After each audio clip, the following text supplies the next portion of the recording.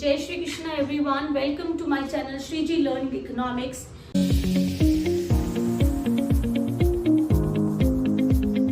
Yesterday we have talked about value added method. The first we have done the steps of calculating national income by value added method, and then we have done how to do the numericals of value added method. We have done the various points related to the value added point. हर books के points हमने cover किए थे and today we will talk about income method. तीनों method में से एक method का सम बहुत इंपॉर्टेंट है, आएगा ही आएगा आपको एग्जामिनेशन में. So income method has come again from circular flow phase 2, that is generation of income. So what is income according to income method? जब भी मेथड आएगा आपको the definition will be different from that of the different aspects. Our goal is this, goal है हमारा national income. The goal is national income and we have to reach here. We have 3 ways. The first way we have done, that is value added method, and today we will do the income method.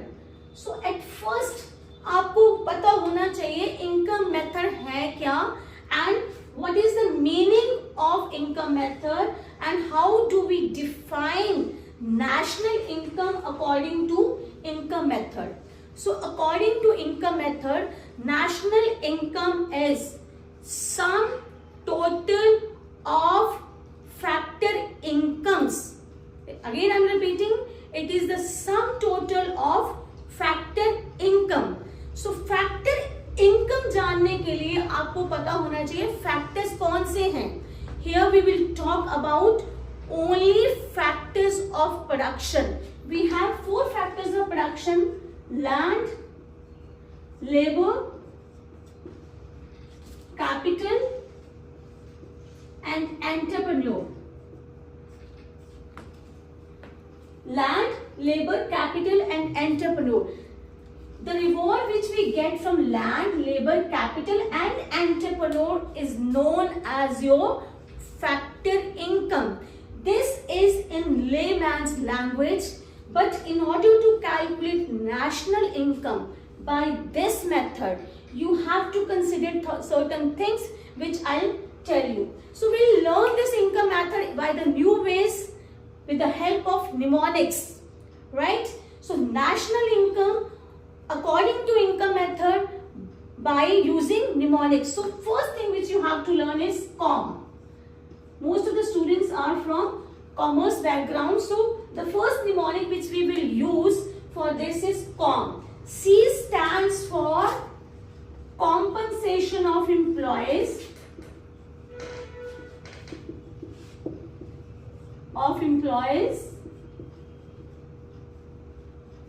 right? E stands for operating surplus. I'm just writing the short form, you just write out the full form. OS here stands for operating surplus, and this M stands for mixed income. That everybody knows, पर आपको ध्यान रखना है. Now you will ask me, ma'am ये आपने बोले land, labour, capital, entrepreneur, अब ये सीओ कॉम्पनसेशन ऑफ एम्प्लॉय कहां से आ गया, ऑपरेटिंग सरप्लस कहां से आ गया, मिक्स्ड इनकम कहां से आ गया. So again will go back here.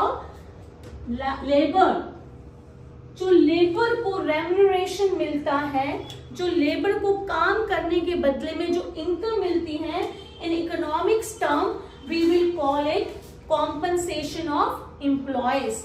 So factor income or reward for the labor for rendering the services is known as compensation of employees. So this is done, and now there comes operating surplus. Operating surplus kahan se aaya? Now land is left, capital is left, entrepreneur is left. If we add the reward for land, that is called rent. Reward for capital is interest, and reward for the entrepreneur is profit.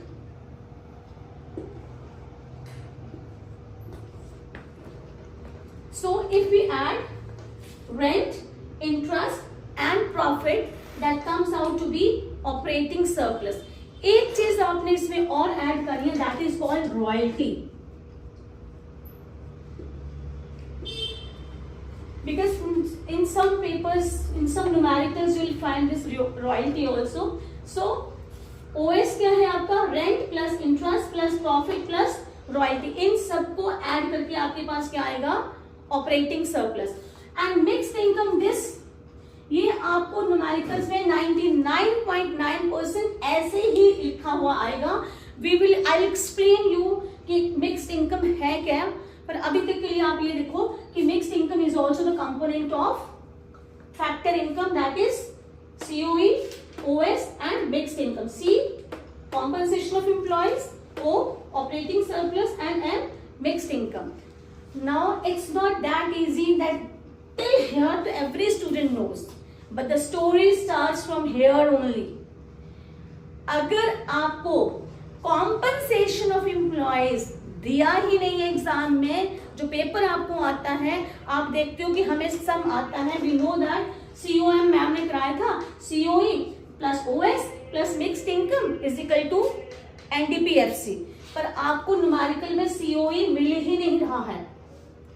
So if COE is not given to you beta, then you will calculate COE. How will you calculate the COE? Here it is. So COE क्या है? 2 parts है इसके. If it is not given, then you will calculate it. 1, wages and salaries in cash, and the same I'm using the word short form में लिख रही हूँ, ध्यान दीजिएगा. wages के लिए W, wages and salaries in kind. Please इस पे ध्यान देना, यही न्यूमेरिकल में गलत होता है सबका. wages and salaries in cash. अब wages and salaries in cash में क्या क्या आना है?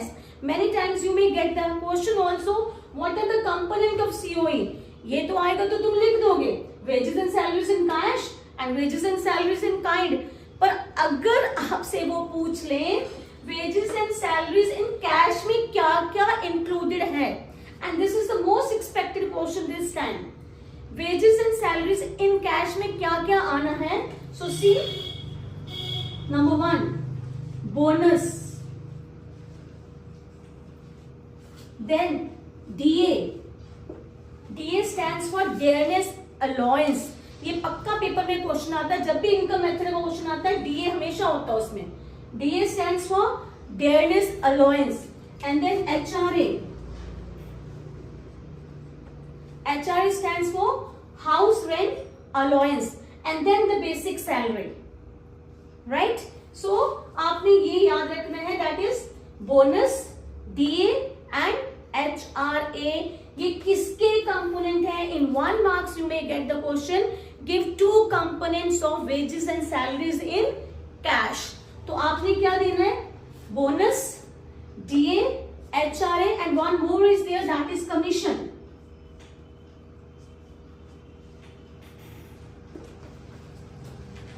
अब क्या है बोनस? तो एवरीबडी नोज. कोई हमें दिवाली बोनस मिल गया, कोई कुछ भी मिल गया, वो बोनस है. DA, very important. DA means dearness allowance. अगर मैं इसको इजी लैंग्वेज में बोलूं तो इसको बोलते हैं महंगाई भत्ता. क्या बोलते हैं? महंगाई भत्ता. जब भी हमें सैलरी मिलती है तो उस पर लिखा होता है DA कितना बढ़ा है. Every year the DA is increased. क्यों इंक्रीज करते हैं? क्योंकि हर साल महंगाई बढ़ती है, तो हर बार हर एम्प्लॉय के लिए हमें DA भी बढ़ाना पड़ता है. Is that okay? So DA, again please pay attention over here. DA, dearness allowance, means महंगाई भत्ता. और उसके बाद बेटा क्या है? HRA, house rent allowance. Salary में ही इंक्लूड होता है ये. It is paid in terms of cash only, it is not kind, I am telling you. So cash में ही आपका हाउस रेंट अलाउंस. अलाउंस जब कैश की फॉर्म में हाउस रेंट मिलता है हमें, that is the part of wages and salaries in cash. And then there comes a commission. जैसे हम कहते हैं ब्रोकर की इनकम. ओल्ड एज पेंशन नहीं लेना है, पर ब्रोकर चाहे वो शेयर्स का काम कर रहा है, चाहे डिबेंचर का काम कर रहा है, चाहे कुछ भी सेल परचेज का काम कर रहा है, जो उसको इनकम मिलती है ना बेटा, वो उसका रिवॉर्ड फॉर वर्क है, right? So that is commission. So remember it, bonus, DA, HRA and commission, these all are the part of wages and salaries in cash. And now there comes wages and salaries in kind. So this wages and salaries in kind में बच्चों को हमेशा problem आती है कि क्या लेना है क्या नहीं लेना है. So for this I have made one mnemonics. So write down the mnemonics. Mnemonic is EATM. EATM, E stands for education, that is free education. A stands for free accommodation, आप पूरा लिखिएगा. And T stands for free transportation and M stands for free medical facilities. So wages and salaries in kind में आपने mnemonic क्या याद रखना है? EATM. E मतलब काइंड में मिल रहा है उसको, कैश में नहीं मिल रहा है benefits. Suppose I am working anywhere and एक तो मुझे कैश की फॉर्म में मिल गए, पैसे मिल गए, that is okay, that comes in wages and salaries in cash. और कुछ बेनिफिट्स मुझे मिल रहे हैं जो कैश की फॉर्म में नहीं है. You may get the question, what are the components or which things are included in wages and salaries in kind. तो बच्चे ये तो लर्न कर लेते हैं. COE means two things, that is wages and salaries in cash and wages and salaries in kind. यहीं तक 90% students यहीं तक रह जाते हैं. But you have to go one step more forward, that is wages and salaries in cash में क्या आना है, that I have told you. Now wages and salaries in kind में क्या आना है? EATM. E stands for जो हमें फ्री में कंपनी की तरफ से या एम्प्लॉयर की तरफ से हमें जो फ्री सर्विसेज मिलती हैं, उन सर्विसेज को हम क्या कहते हैं? Wages and salaries in kind. So that EATM, E stands for free education, A stands for free accommodation. What does it mean? जब आपको कंपनी की तरफ से कोई घर मिल जाता है रहने के लिए, सो वो क्या हो गया आपका? Free accommodation. Education, what does it mean? अगर आपके बच्चों को एजुकेशन फ्री मिलती है या जहां भी आपके बच्चे पढ़ रहे हैं उनका जो भी खर्चा आ रहा है, if that expenditure is paid by your company, then it comes your benefits. So wages and salaries in kind में E आया पहला, free education. फिर आया EA, free accommodation, आपको घर मिल गया रहने के लिए. A हो गया, E हो गया. T, transportation, आप ऑफिस से घर आते हो, घर से ऑफिस जाते हो, जो ट्रांसपोर्टेशन फैसिलिटी है, हो सकता है कि आपकी कंपनी आपको कार की फैसिलिटी दे रही है. So that is also the part of your wages and salaries in kind. And then there comes the medical facilities.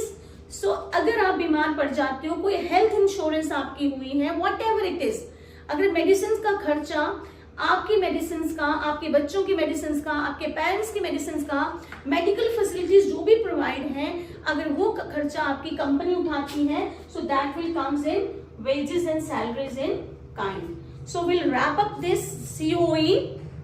Again COE, two components. One, COE in cash, then COE in kind. COE in cash में 4 component. 1, bonus, then dearness allowance, then house rent allowance, and then commission. And kind में क्या याद रखना है आपने? EATM. E stands for free education, A stands for free accommodation, free transportation and free medical facilities. तो अब बेटा आपका COE, आपको जैसा मर्जी सम आ जाए, कभी भी आपका COE निकालने का सम कभी भी गलत नहीं होगा if you will follow this. I have covered each and everything over here. You may get the numerical calculate COE, right? So COE is done, and now there comes the operating surplus.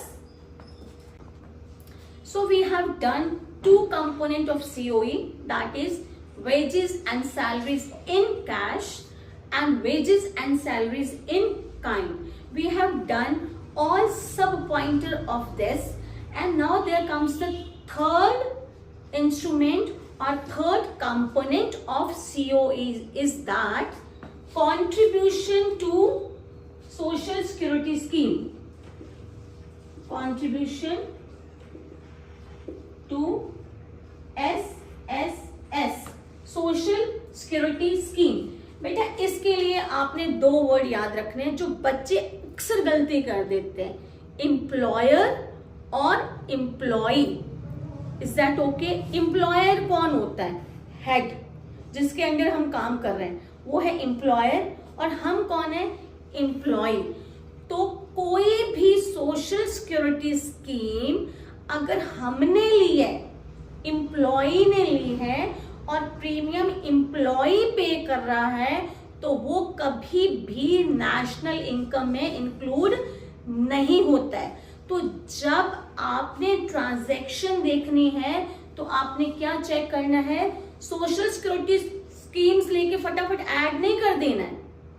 आपने देखना है कि social security schemes की जो contribution है वो employer ने की है कि एम्प्लॉय ने की है. अगर तो एम्प्लॉय ने की है तो वो हमने नहीं लेनी है. कौन सी लेनी है? Employers. So social security contribution by employer. Is that okay? So COE again will summarize it: wages and salaries in cash, wages and salaries in kind, and employers contribution to social security scheme. By adding these three we will get compensation of employees. Now there comes the second component. क्या बोला था मैंने आपको learn करने के लिए? COM. क्या बोला था? COM. C stands for compensation of employees, O stands for operating surplus, and M stands for mixed income. And now there comes O, means operating surplus.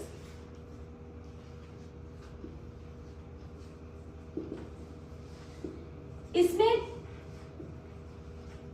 बहुत इंपॉर्टेंट चीज मैं आपको बताने लगी हूं जो अक्सर बच्चों को नहीं पता होती है. ऑपरेटिंग सरप्लस में ना बेटा आप सीधी चार चीजें ढूंढते हो: rent, interest, profit and royalty ज्यादा से ज्यादा.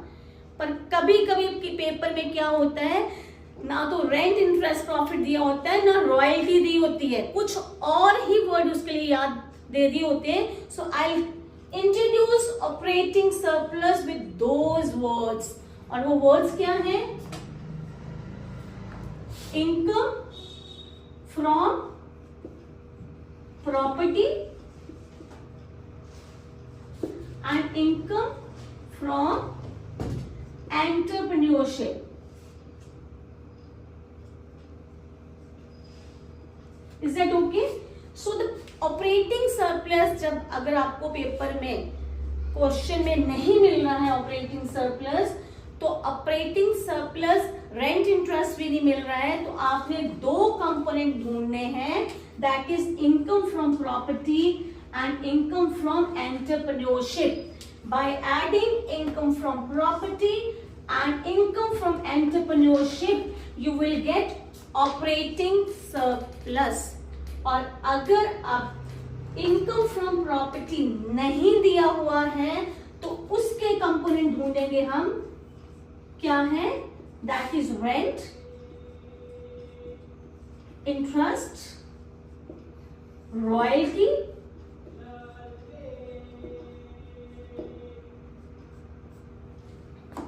Right? Rent, interest and royalty. आपने कहा प्रॉफिट में आया ही नहीं, तो प्रॉफिट किसके अंदर आएगा? From entrepreneurship. Now we'll come back again to the 4 factors. Labor we have already done, that comes under COE, and then there comes land. Land को जो रिवॉर्ड मिलता है वो आ गया रेंट, कैपिटल को जो रिवॉर्ड मिलता है वो आ गया interest, and the reward for goodwill is royalty, वो भी किसके अंडर आ गया, इनकम फ्रॉम प्रॉपर्टी। और एक रह गया हमारा entrepreneur, that is written over here and that is profit. Is that okay? So operating surplus कैसे निकालना है हमने, income from property and income from entrepreneurship. Income from property के कितने कंपोनेंट हैं, 3, रेंट, इंटरेस्ट एंड रॉयल्टी। और entrepreneur को reward किस फॉर्म में मिलता है, दैट इज प्रॉफिट। इन सबको ऐड करके, नो रिमेंबर वन थिंग, ये नहीं करना है कि इनकम फ्रॉम प्रॉपर्टी भी ऐड कर देना है, रेंट भी ऐड कर देना है, इंटरेस्ट भी ऐड कर देना, no. If in the numerical operating surplus is given to you, then you will not take any other component. जो मेजर मिस्टेक बच्चे करते हैं वो यही करते हैं कि ऑपरेटिंग सरप्लस भी ले लेते हैं और बाकी के कंपोनेंट भी ले लेते हैं, तो ये नहीं करना आपने। ऑपरेटिंग सरप्लस नहीं दिया है, you will look for the 2 components, और वो 2 कंपोनेंट्स कौन से हैं, income from property and income from entrepreneurship. और अगर ये नहीं दिए हुए हैं तो फिर आपने क्या ढूंढना है, rent, interest, royalty and profit. And in most of the sums profit भी नहीं दिया होता है आपको, राइट? तो प्रॉफिट के आगे 3 कंपोनेंट हैं, 1 dividend, then corporate tax, another UDP. I'm repeating, dividend, corporate tax, जिसका दूसरा नाम है profit tax, and then UDP, undistributed profit, and sometimes in the numerical it is written retained earning. Profit के 3 component हैं, 1 dividend, CT, corporate tax, and many times it is written profit tax, and UTP, many times it is written retained earning.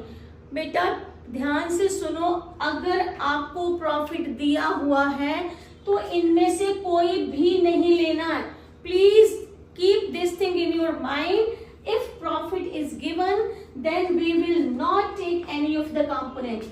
If profit is not given, only then we will add these 3. Is that okay? So again com पे चलते हैं। C, compensation of employees we have done in detail, and then there comes operating surplus we have done in detail, and the other is M, that is mixed income.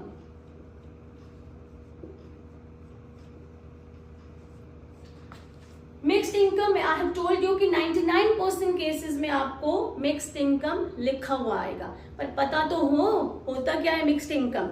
Mixed income means income of self employed.